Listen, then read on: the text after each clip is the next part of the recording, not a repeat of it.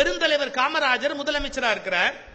அப்ப முதலமைச்சரா இருக்கும்போது ஒரு கட்டு ஃபைல் கொண்டாந்து அவர் முன்னாடி வச்சாங்க. இது என்னதுன்னு கேட்டார். மெடிக்கல் காலேஜ்ல கவர்மெண்ட் கோட்டான்னு ஒண்ணு இருக்கு, முதலமைச்சர் அதை ஃபில்அப் பண்ணலாம், யார் யாருக்கு அந்த சீட் கொடுக்கலாம், ஒரு 10 சீட் முதலமைச்சரா பார்த்து கொடுக்கலாம் கவர்மெண்ட் காலேஜுக்குள்ள, மெடிக்கல் காலேஜுக்குள்ள. இது சீஃப் மினிஸ்டர் கோட்டா, 10 பேர் நீங்க அப்ளிகேஷனை தேர்ந்தெடுத்து கொடுத்தா நாங்க அந்த மெடிக்கல் காலேஜ்ல அந்த பசங்களுக்கு இடம் கொடுக்கலாம் அப்படின்னு. இந்த கட்டு ஃபைல் கொண்டாந்து கொடுத்தோன்னு அவர் இப்படி இப்படி பார்த்தார், வேகமா அந்த அப்ளிகேஷன் எல்லாம் புரட்டினாரு. புரட்டி உருவிக்கிட்டே வந்தாரு. ஒரு 10 எடுத்து கையில கொடுத்து இந்த 10 பேருக்கு சீஃப் மினிஸ்டர் கோட்டா கொடு அப்படின்னு. இந்த எடுத்துக்கிட்டு வந்த ஐஏஎஸ் ஆபீசர் கேட்டாரு, எனக்கு தெரிஞ்சு சார், நாங்க சீஃப் மினிஸ்டர் டேபிள் இந்த ஃபைல் வைப்போம், அவங்க எல்லா அப்ளிகேஷனையும் படிச்சு பார்க்கணும், 3 நாள் ஆகும் 4 நாள் ஆகும் அப்படிம்பாங்க.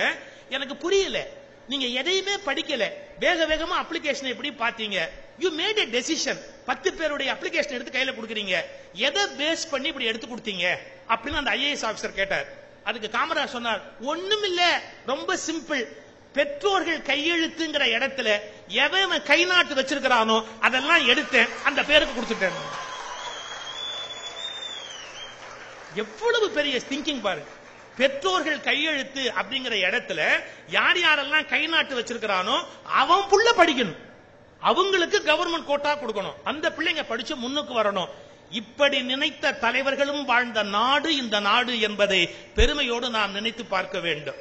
ஒரு சீஃப் மினிஸ்டர் கோட்டா அப்படிங்கிறது எப்படிப்பட்ட ஏழைகளுக்கு போய் சேரணும்னு காமராஜர் கனவு கண்டார். அதனால அவர் பள்ளிக்கூடம் போகாதவர் தான். பள்ளிக்கூடம் போகணும் போகலைங்கிறது பெரிய